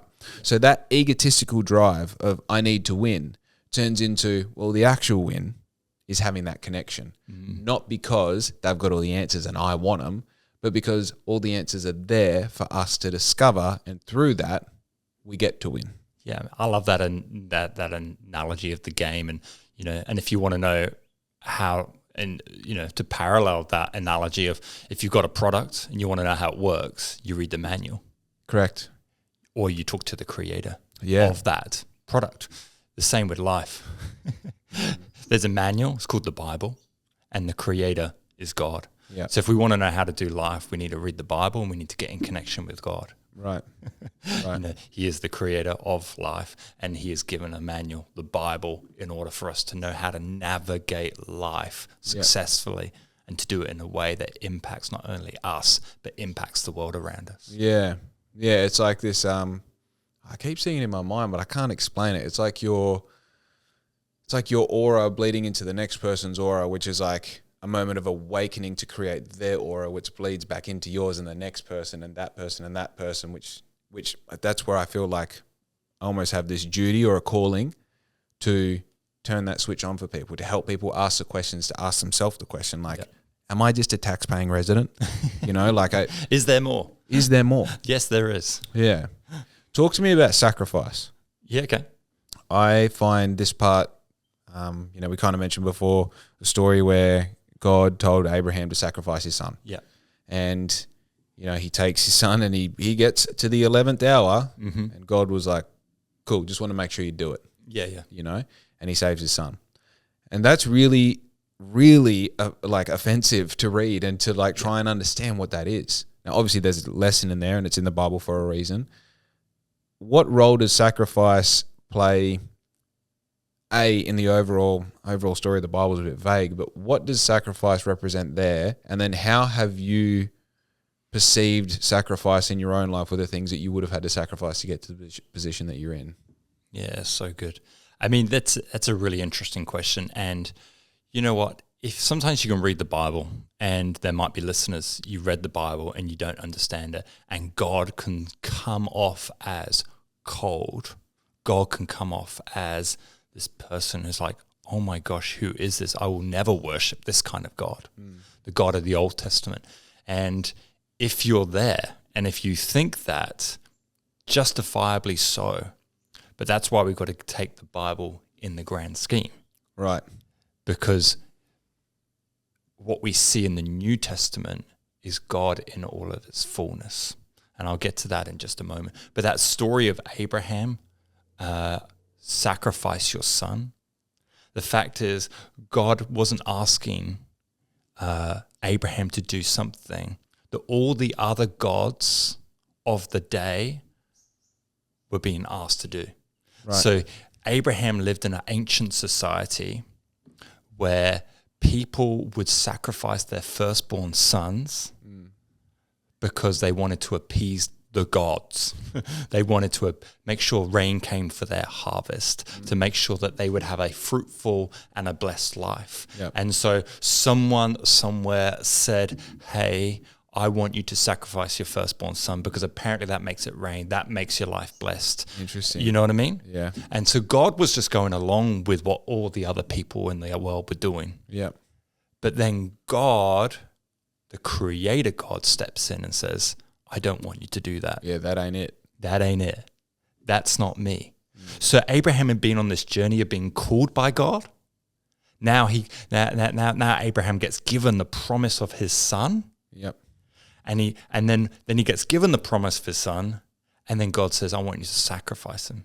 Yeah. So Abraham goes, what? I'm guessing this is just the way gods do things. So for Abraham, this wasn't bizarre. This was normal. We look at it from our current context, Well, you would never- where we are thousands of years later, and go, that's terrible. Yeah. But that's not the context. Yeah. Of ancient times, this was normal. So Abraham willingly goes up the mountain, and then God, Jehovah of the Old Testament, of the Bible, steps in and says, that's not me, and that's not the way we're going to do things from now on. Interesting. So the God of the Bible is not like the gods that they worshipped in that society. Yep. He's different. So he's just communicating, I'm different, Yep. I'm kinder, and I'm better than you thought. Interesting. So automatically that story's gone from, God, how could you ask that, to going, wow, you were better than every other. Yeah, yeah, yeah. And not only is that a picture of all of that, it's also a picture of, do you know what? God right there provided a lamb instead of Abraham's son, Isaac. 2,000 or thousands of years later, God provided his son, Lamb of God. the Lamb of God, to die on the cross. Why did he die on the cross? To take our sins away from us, take them to the cross, so they were removed from us, and so we could have a relationship with God. See, right the way through the Old Testament, we see Jesus working. We see the redemptive story, and we see the rescue plan of God playing out. Yeah. Adam and Eve broke relationship, but God went on this plan and this pathway to rescue humanity and reconnect them back to him. It's a beautiful story, and it's Powerful. a love story. Yeah. And when we read it through the lens of now, you go, wow, God is bad. But all of a sudden, I've just debunked that myth. Yeah, for sure. And God's suddenly kinder, better, and more awesome.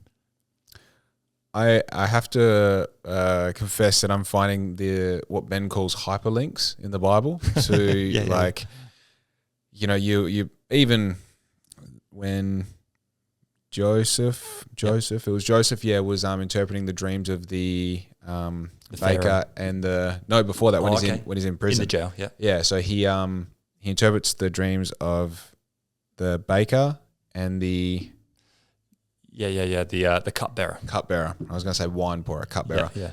And the baker dies Yeah. as per the dream, and the cupbearer goes on. And Ben's like, yeah, you get what that's saying, right? I was like, yeah, one of them died. He goes, no, the body dies, but the blood lives on. And I was like, Yeah, wow. oh my goodness.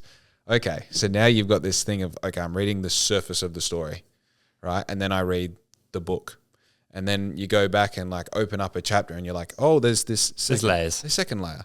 And then you interpret it as in, let's pretend there's 5 layers to this story. And you can start to really, like finishing Genesis this morning, there's the right before Jacob, Israel, dies, he blesses his 12 sons. Yeah. And the one that really stood out to me was the blessing that he gave Judah.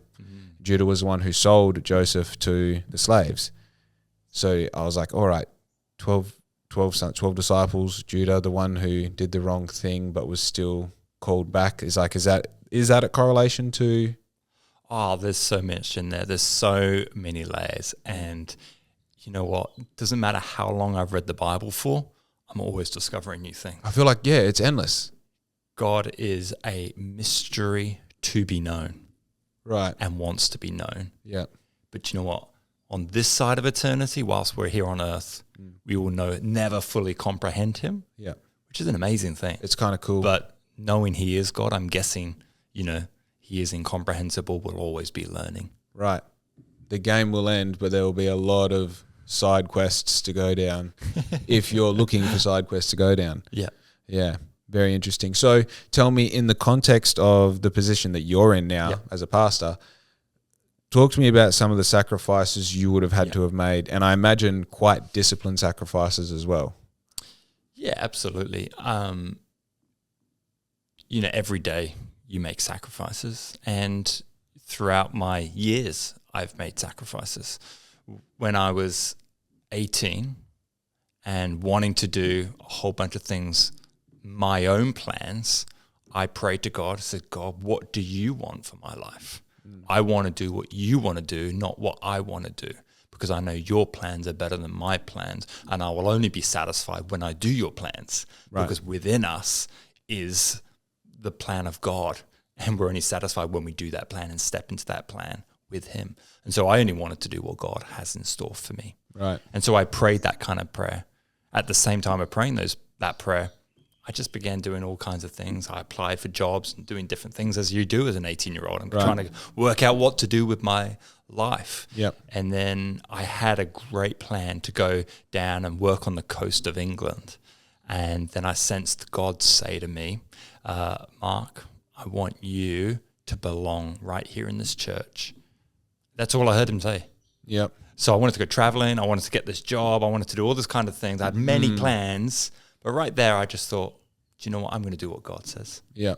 And that was a sacrifice. I had some great thoughts, some great plans. For sure. And I just said yes to God. And do you know what? I've chosen in my life, and maybe I can interchange that word sacrifice with just simply saying yes. I just chose to say yes to God. Yeah. And I've continually in my life chosen to say yes to God. But that can be really challenging to say yes to God when you don't know God and don't know his character. If you don't know God is for you, and he doesn't, and if you don't know he loves you, and if you don't know that you're a child of God and he'll provide for you, then it can be really difficult to say yes to something like that. Yeah. But I grew up in a Christian family. Yeah. And I opened my Bible and I studied it as a teenager. I'd spend time reading it, and I discovered that God is good and God is kind and God is love and God has a great plan and a future for me. Yeah. And I chose to say yes to that. And so at the age of 18, when I felt God say that to me, I said, okay, well, I'll do what you say. Yep. And so when I sensed him a couple of years later, and he said, Mark, I want you to give up your job. God was doing great things in my life there. I sensed him say, give up your job. And that's when I went to New Zealand. Yep. And that's where I discovered this new pathway. And then after being in London and planning a church and doing all some really cool stuff there, hang on a sec, something's happening. God's moving us. Mark, go to Bunbury. Mark and Chantel, go to Bunbury. And again, that was God, I'm just going to say yes. Yep. And those are big things, but at the same time, I say yes every day.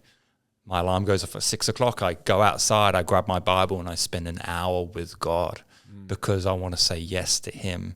I sacrifice doing what I want to do in the mornings, like go for a run, different things like that between 6 and 7, because I want to prioritize my relationship with God. You know what I mean? And I say yes in lots of different ways. I've sacrificed in lots of different ways. My life, but here's the thing, my life is not my own anymore. My life is God's. Right. And I live it for him and to please him in every way. Yeah. But that does not make my life smaller or worse. That makes my life better. Yeah. It's definitely something that you can only say once you're in the middle of it. Yeah. Because I think that's the fear, right? Is, all right, I'll give you an example. I'm going to stop treating myself as someone who has a lot of options as far as females are concerned, and I'm going to give all of my life to this girl. Yeah, you're saying yes to one, you're saying no to all the right. rest. And when you have the opportunity with the rest, yeah, you look at the idea of one and you go, well, I don't know, the rest is pretty good. But then when you're deep in, like we're year 6, engaged, business, things happening, you're like, oh, I don't care about the rest. Yeah. I don't care. I care for women, but I don't care about the rest of them as potential partners for me in whatever context. Yeah. And it's very easy to say when you're in it and when it's good and healthy and when you've got back from it more than what you gave it. I mean, ideally, right? Mm-hmm. But what you're talking about is bigger than that because it's not just the partner in your life. It's an overwhelming, greater than you way of life that you really have to completely surrender to in order to get the fruits of what it will return you. Yeah. So, yeah, it's nice to sit across from someone who has done that. And also, I think a big thing is like you're young. You know, you're Thank young. you very much. But it's different. You know, if you've got a 65-year-old priest telling you like this is the way, it's like, dude, you were born 100 years. What do you know? You know, but it's like you have a real understanding of what the current world is, and to apply something that is as old as man, as old as time, and say, I'm doing this, and it's rewarding me in this way, and it works. And it works. It works.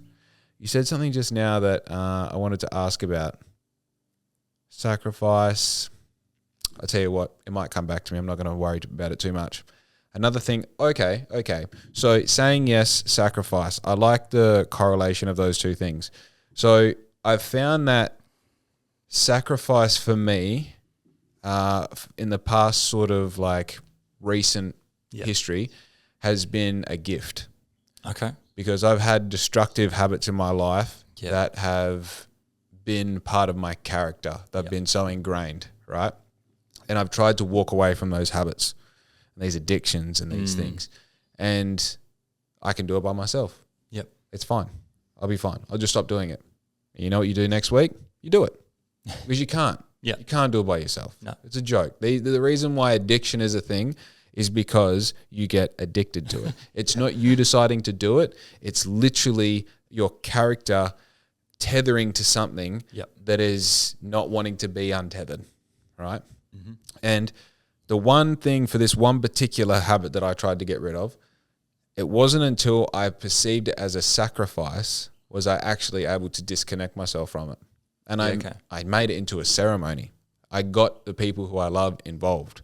I made it a physical destruction of the habit so that I could, as I kind of metaphorically explained it to you the other day, instead of trying to empty out a void that something else can come and fill that gap, I just cemented over the top of it. You know, nothing's going in there, nothing's coming out. It's done. I'm forgetting about that. And in that essence, I guess, that allowed me to detach myself from that thing. And somehow I literally cold turkeyed, for lack of a better word, this habit completely out of my life. I've had brief moments of it trying to sneak back in. But essentially, it's just gone. I think the wonderful thing that you share about that experience is, yes, addictions are addictions, and they are very challenging to break, but can be broken. And I think the thing that you've discovered inadvertently, in order to break addictions, you can't do it alone. And what you did was you brought community around you. See, in the church world, we would call that bring accountability around you. See, we can't break anything without actually having others help us. Right. That other could be God, but also I believe it needs to be other people as well. And we need a support network around us. Because here's the thing, you know, you've now got in your world people going, how you doing with that? And you know that question's going to come next time you see those people. So you've got this desire in you, I don't want to fail because I know that person is going to ask me. Yeah, it's funny actually. I had a friend around just recently, like maybe a month ago, and he saw something related to that particular habit, and he's like, "Oh, come on, man! I thought we'll pass this." And I was like, "Oh, that honestly, it sounds so guilty saying." I was like, "That is literally not mine." You know, someone was here and left that here, to the point I forgot it was there. You know what I mean? And it was cool because after the fact, I had this moment of reflection where like, he cares about me that much. Well, I thought we'll pass this. No, I thought you would pass this. I thought we would pass this. And how many people try and do stuff alone? Oh, I mean, you can look at it both ways. How many people try and do stuff alone and don't? You know, how many people do things together and succeed?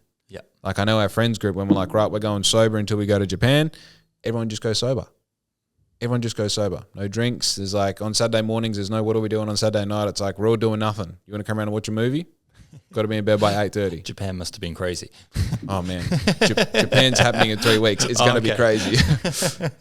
But yeah, all right. So I remember what that thought was. By the way, you said that you wake up and you read the Bible for an hour.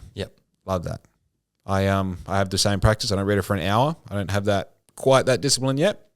I spend an hour reading and probably 20 minutes that as a Bible. Now, I elect to do that as soon as I can because I know that your brain function is kind of peaking between like 20 minutes after waking up and about 3 hours after that. Depending on when you wake up, somewhere between like 5 and 9 a.m. So tell me, the Bible I get, what does your morning look like? How does Mark wake up and start the day? Well, at the moment, my alarm goes off at 6. I go and kind of have to gently hit my coffee machine because it's not turning on automatically. Nice.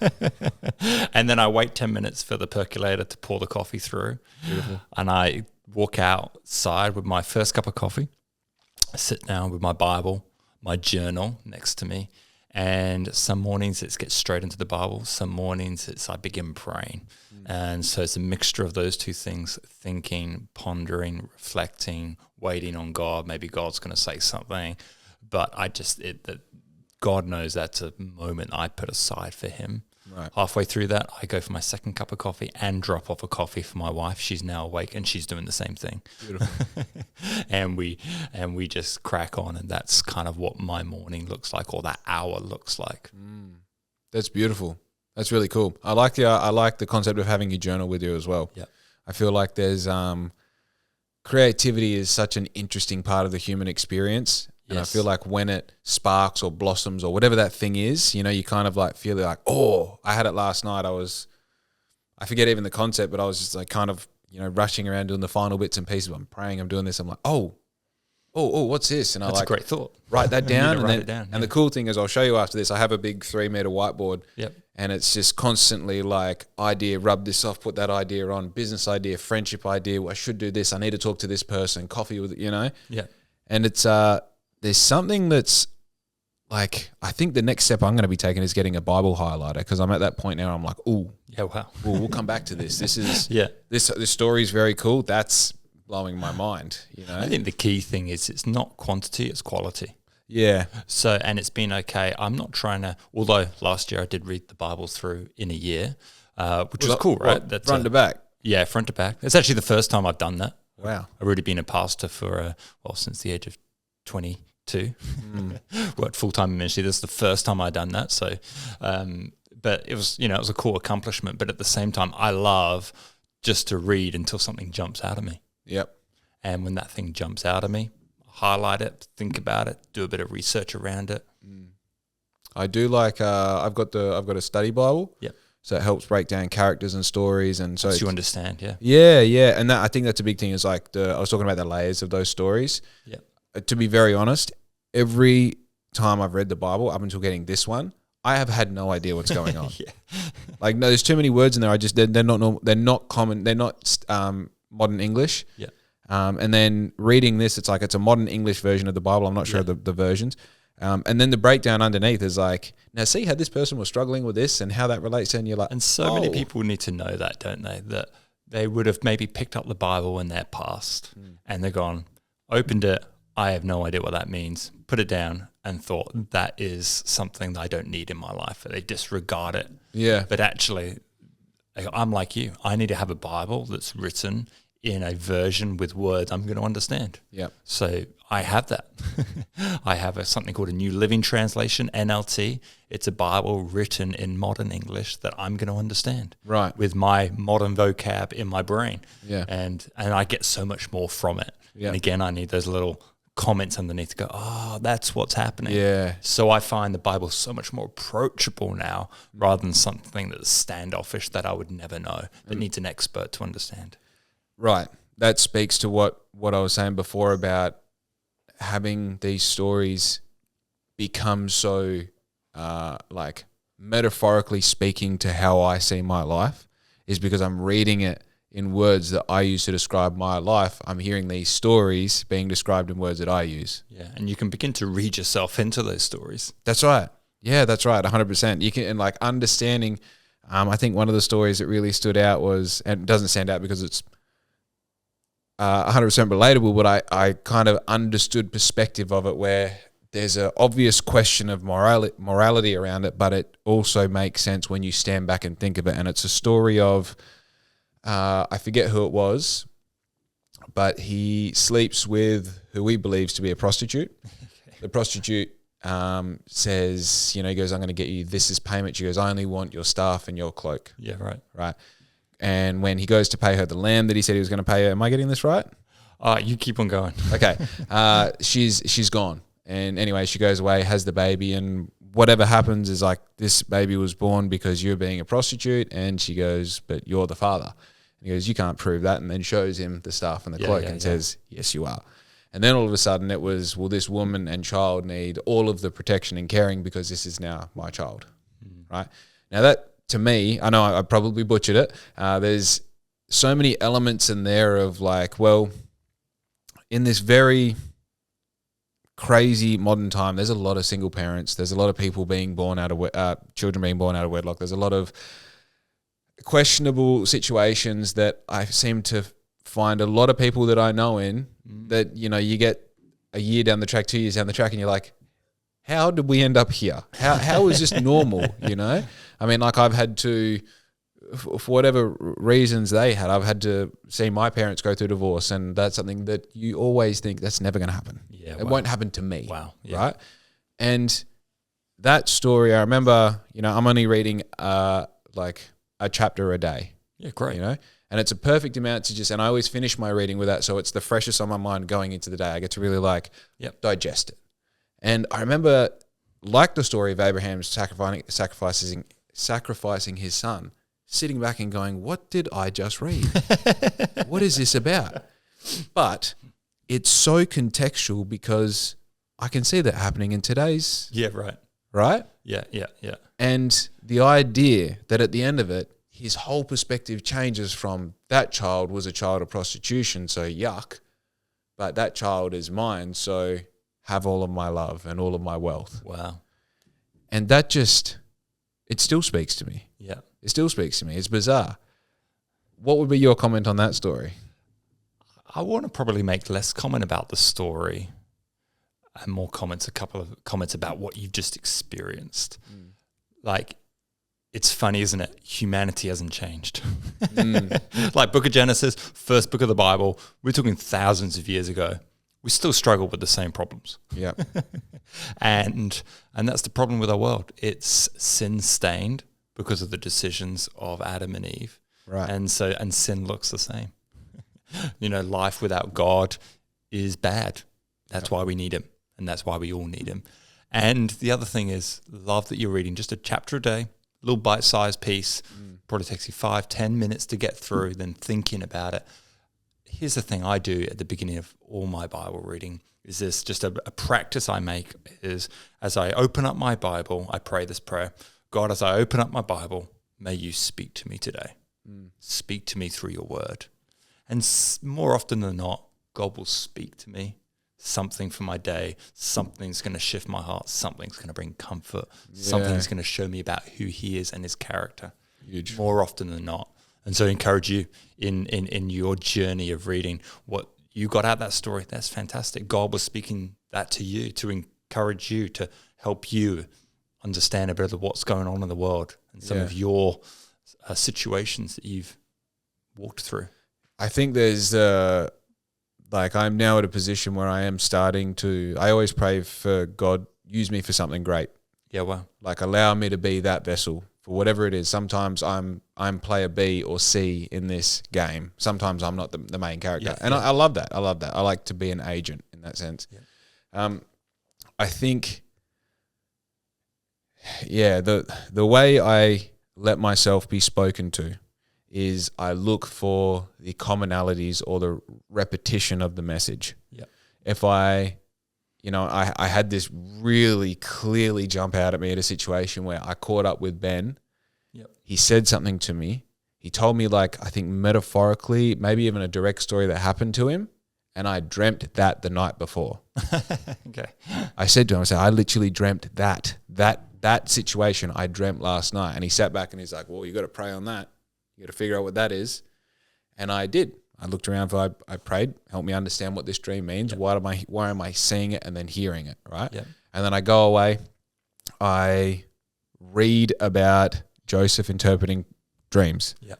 I catch up with a Connect group the same morning. I said, hey boys, you wouldn't believe what kind of happened with Ben and that. And then I read this and then, tell me what you think about Joseph interpreting dreams. Cool. It's like the second instance of this dreaming thing. I have a friend going through a really tumultuous breakup at the moment. And then I dream that I'm going through all of these really weird situations where I'm having a bad time with Riz. And I wake up and I'm like, all right, I'm going to write this down. In the middle of the night, I write it down. And halfway through writing it down, I realize that I'm having such a specific perspective on this situation that I've never really had time for or given energy to before. And it helped me understand what my friend was going through. So I don't know whether that's the final thing, but it's like there's something there that resonates with me to allow the repetition of these things happening in your life to bring light to it, to understand that like there might be something there for you. Yeah, wow. There might be something there. Yeah. And it's just too crazy to think that I have these back-to-back situations with these people in my life, significant people, Yeah, yeah. to not just go like, you know what, coincidence, Mark, what are you talking about? Yeah, yeah. You know? Yeah. And it just, what you describe is a life with God. When God is just a part of your life, not just something you do on a Sunday, that actually he's active, he's involved, someone you can speak to and reach out to. And also he wants to reach out into our lives and guide us and lead us and show us things. When we live a life like that, it's fun. Yeah, it is. It is. You know what I mean? And you're sharing about a life living it with God. Yeah. Yeah, it's very engaging. Yeah. Definitely keeps you very interested in what's happening.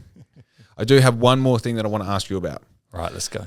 So, in the concept of angels and devils on your shoulder. Yeah. Right. So I spoke a little bit about this destructive habit that I had. Yep. This thing that was tethered onto my character. Yep. And part of that was I constantly had an angel and a devil on my shoulder. You know, like, hey, Jake, you don't need this. And on the other side, like, don't need it. We do this all day, every day. What makes you think you don't need it? Yeah. You know, and if you don't need it, how many times have you tried to stop and you haven't? Yeah. Right.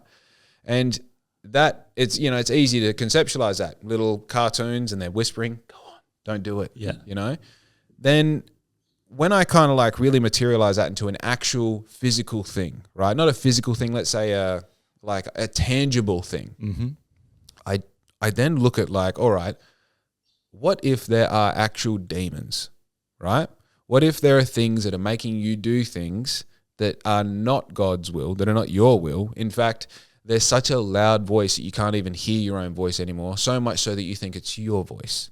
Mm-hmm. Because if I was a really powerful demon, I wouldn't be a devil on your shoulder. I would be you. I would be you telling you to do things that are bad. Sure. Right? If I was a demon, I would replicate you so perfectly that you forget about the good side of you. Yeah, right. Right? Because if we mirror that, come back here. If we mirror that, yeah, then being the best possible version of you, God's will, God's image of you, is exactly that. It's a version of you so good that you can believe that you can become that. Right. Right. So then I look at these things like, is sugar a demon? Is nicotine a demon? Right? Is staying up late a demon? Are drugs demons? Right? Sure. And the more I defend that idea, the more it makes sense. The more these little voices that I thought were my voice, the more I identify them like, are you a demon? Their tonality is a little bit off. And I start to recognize them. You ain't me. Yeah, right. Does that, I mean, I know I get it's a crazy concept. Yeah. What do you think of that? I mean, that's a big question. It's a big topic. We live in a country and a society that doesn't like to think of this, right? You go to a country like Africa, they're way more open to the spiritual world. But we got to understand at the foundation of it, there's light, but there's also the absence of light, which is darkness. Right. You know, right in the beginning of the Bible, once again, we go back to Genesis. What was the very thing that was tempting Eve? It was a voice. It was the serpent. It was evil, right? It was the devil himself. He was saying, hey, do this, do this, do this.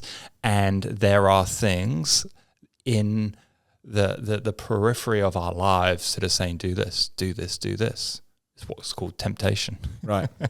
You know, and if we do something and give into those voices, then those voices become more and more of a part of who we are. Right. You know what I mean? So like you're describing, you know, it's almost synonymous with us. Right. Right. But actually what we have to do is understand, actually we don't partner with darkness. We partner with light. Yeah. I'm not going to listen to those voices. And you got to understand, in the very makeup of who we are, there is a wrestle all the time to do good and to do bad. Yeah. You know what I mean? And as Christians, we would call this our sin nature. Right. There's this desire within all of us to do the wrong thing. But then there's a desire within our spirit to do the right thing. Yeah. And do I believe in angels and demons? Absolutely. Do I believe that there is a spiritual world out there trying to influence things? Absolutely. Yeah. And that is why we need God in our lives, because he gives us strength.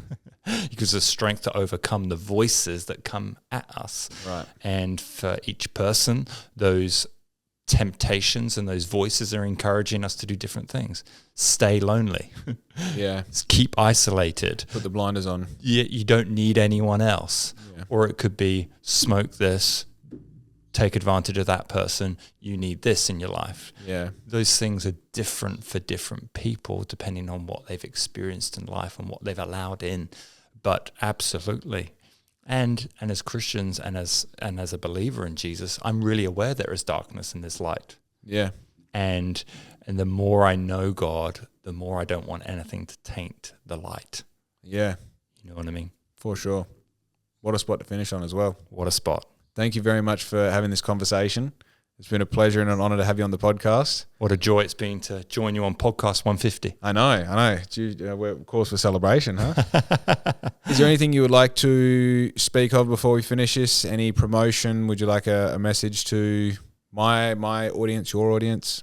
Well, I just want to thank you, Jake, for just the time, for the wonderful interview, for what you're doing and building a community here in Bunbury, your love for the people of Bunbury. What a wonderful thing you are doing.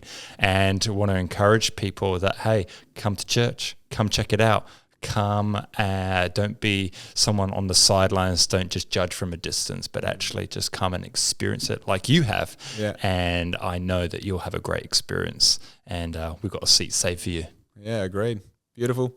Anyway, guys, be good to your mum because we are out.